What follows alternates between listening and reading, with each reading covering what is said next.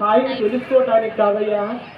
ఇవన్నీ కూడా ఒకరి నుంచి ఒకరికి అవినాభావ సంబంధం పెరగటానికి, ఒకరి నుంచి ఒకరికి ఇచ్చిపుచ్చుకోవటాలు కనుక జరిగితే వాళ్ళిద్దరి మధ్య బంధం కలుస్తుందట.